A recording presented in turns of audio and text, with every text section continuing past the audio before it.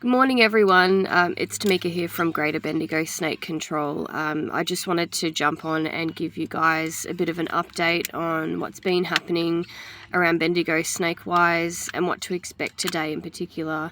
With today being a top of between 34 to 35 degrees, it's going to be a very snaky day. Now, what we tend to see on really warm days like this is snakes coming closer to home, so passing through properties and then coming right up to the exterior walls of homes to either bask on the sunny side of the house earlier in the day and then later in the afternoon possibly seeking shade and shelter on the shaded side of the house. They like to move against walls and edges to feel protected while they're passing through properties. They also like to move against walls and edges, so that's when you find when you do have a snake outside quite close to the house, they're usually sitting quite flush against the exterior walls of the house. Another thing that can happen on warm days like today are snakes ending up indoors. Just like us, they get a little bit too warm on warmer days because they can't regulate their body temperature, so they need to seek out environments to help them to cool down. When they're passing through properties, they approach the house, they're moving around the external walls of the house. They can get to our doorways, and our doorways can often have gaps underneath, even small gaps. They'll be passing by those doorways and they can sense the cool temperature change coming from underneath the door. Generally, we have air conditioning flowing, the cool air flows outside. They can pick up on that. They'll want to investigate further. They want to go into that. So they can slip in under doorways, via gaps under doorways. Sometimes if we don't have air conditioning, we might have our doors open to try and get a breeze. They'll come into homes via doors that are left open. Sometimes we might have the main door open with the screen door closed, and if the screen door is damaged, they might get in that way. So a couple of things to check for is just being mindful of keeping doors closed when you can. If you have any doors, screen doors, sliding doors, just making sure that everything's flush, there's no damage to any of those doors. If you have anything like draft stoppers or door snakes or something like that that you can put underneath the base of the door, if you do have a gap, that just stops anything from being able to get through. Be really mindful on days like today as well to have a look down as you're stepping outside, just in case there is something curled up there. If there is, just close the door, give me a call. I can see what I can do for coming out and giving you a hand. Generally, once they're discovered quite close to the house or next to the house, they move on quite quickly. So something that I tend to find with snakes that are quite close to the house or next to the house, next to walls and things like that, they start to move off even while I'm still on the phone to the person who's calling me. So I can try for coming out and getting them, but generally, unless they're behind something or underneath something, they're usually gone even before the phone call's ended or before I get there. So that's something just to be mindful of. And again, when you are, I guess, paying for the removal of the snake, I tend to say to people, look, let's just see what happens in the next couple of minutes, play it by ear, because I don't want to be charging a call out fee for something that's not going to be found and removed. Some people are still happy for me to come out, but I just like to be very transparent about that. Obviously, when a snake is quite close to your house, next to your house, sitting at your doorstep, you very much want that catcher to come out and be able to remove it. It's just unfortunately very 50-50 with that snake patiently waiting there. Once snakes know that we're onto them, they might shoot off quite quickly, but they might just slowly start to move off. Once that snake starts to move off, it generally continues to do so. So just a bit of food for thought there around snakes sitting at your doorstep. It's going to be a little bit of a windy day today as well. Wind is something that reptiles aren't overly fond of. It doesn't mean that all reptiles are going to hunker down for today, but we tend to find on warm days when it is quite windy, yes, the warmth will bring out reptiles and increase reptile activity, but that wind can interrupt that. So reptiles aren't really fond of wind. It creates a lot of movement. Things around them are moving a lot. It blows around a lot of the smells in the air, so the reptiles can be a little bit put off by that. So it'll be interesting to see how today goes with the warmth and the wind combined. we also tend to see snake calls happening quite early in the day. It's quite early at the moment, and we're already about 20, 21, 22 degrees. No calls as yet. Remains to be seen when the phone starts to blow up, but we do see calls going into the early to late evening on days like today. So generally around 4 p.m. is when the snake calls will really start to pick up. On days like today, snakes will be out later into the evening foraging for food and things like that. So if it gets to the later part of the evening, particularly as the sun starts to go down and you choose to go outside maybe to have a drink outside or start watering the garden and things like that, just be really mindful of where you're walking. And on a day like today, obviously we don't want to be wearing like I'm wearing long sleeves, long trousers, things like that. But if you do decide to tackle any gardening today, do it in the earliest part of the day before it gets too warm. Second to that, be really mindful of the PPE that you're wearing when you choose to do gardening. On days like today, we want to be in shorts, we want to be in short sleeves, dresses, things like that, maybe thongs or bare feet when we're in the garden doing some watering and things like that. But we need to be really mindful of PPE, because what can happen on days like today when people do decide to tackle some gardening on a nice day, snakes can be in our garden beds, particularly garden beds that are quite overgrown and dense, garden beds that maybe we've neglected for a little while, and we want to start tackling them on a nice day like today and before Christmas. So just be mindful of your PPE. You can even go in with any long handled gardening tool, even hosing down the area before you go in to start doing any sort of weeding. That will just let you know if maybe there's anything in there. And just be mindful of wearing long sleeves and gloves. I say that in particular because I did receive a call, I believe it was on Tuesday, for a woman that had been bitten by a snake whilst gardening.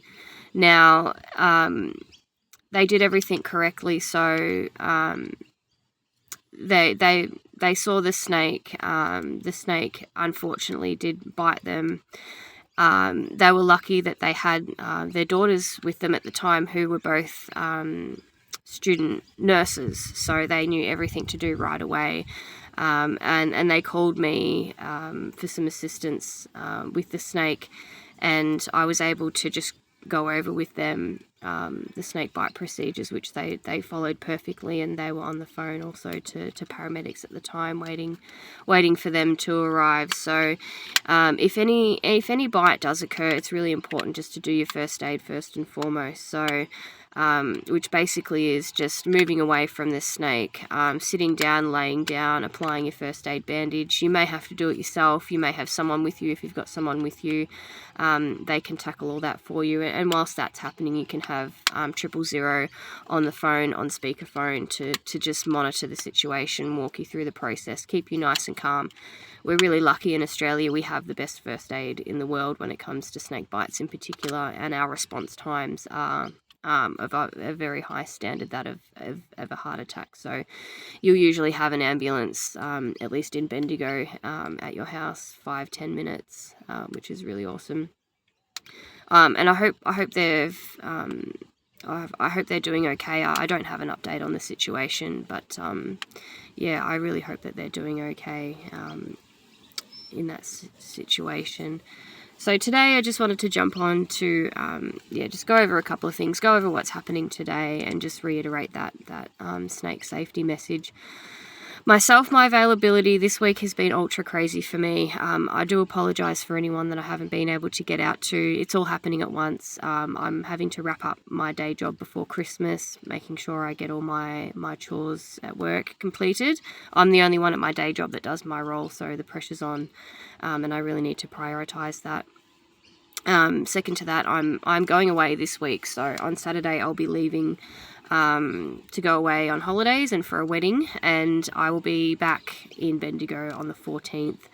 During that time, I will have I'll have my phone on me, so I'm still available for calls, but I will be passing on all my calls to the other catchers that are available.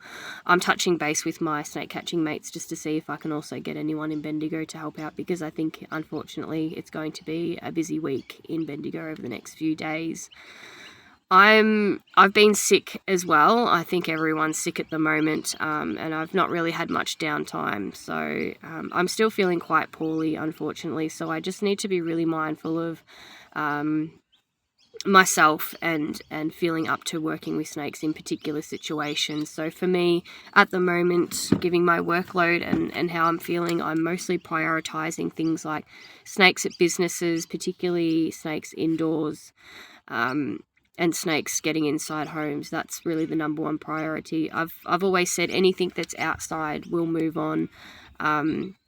It's just about practicing a bit of risk assessment, common sense in that situation of getting kids and pets away from that area, monitoring the snake. If it's quite landlocked in a residential area, I'll definitely do my best to get out there. But in most cases, these snakes, as quick as they're turning up, they're disappearing. So if for any reason I can't get out to you or the other guys can't get out to you, try not to panic too much. That snake will move on. It's just a matter of following the advice in the meantime.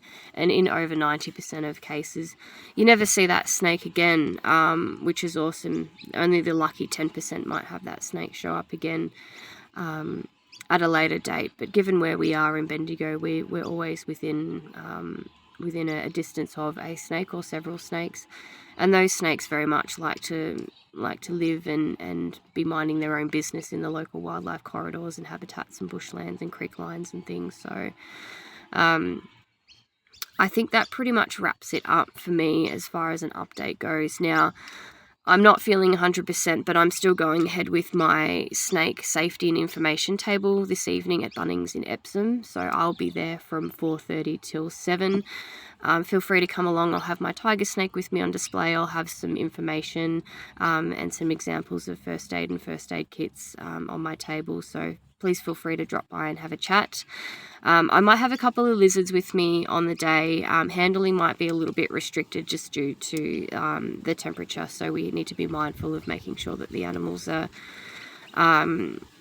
safe and comfortable first and foremost. Even though I'm unwell, I'm not contagious at the moment, but I will be practicing social distancing and things like that, and hopefully my voice will hold up in the meantime. Going into the weekend, I just really want to encourage people to try and be safe. It's going to be a warm weekend, so we might be out fishing, camping, swimming, things like that. So it's a really good idea to have a first aid kit with you. Now, the guys at Assurance First Aid Kits posted me this little kit a little while ago. I need to review this kit.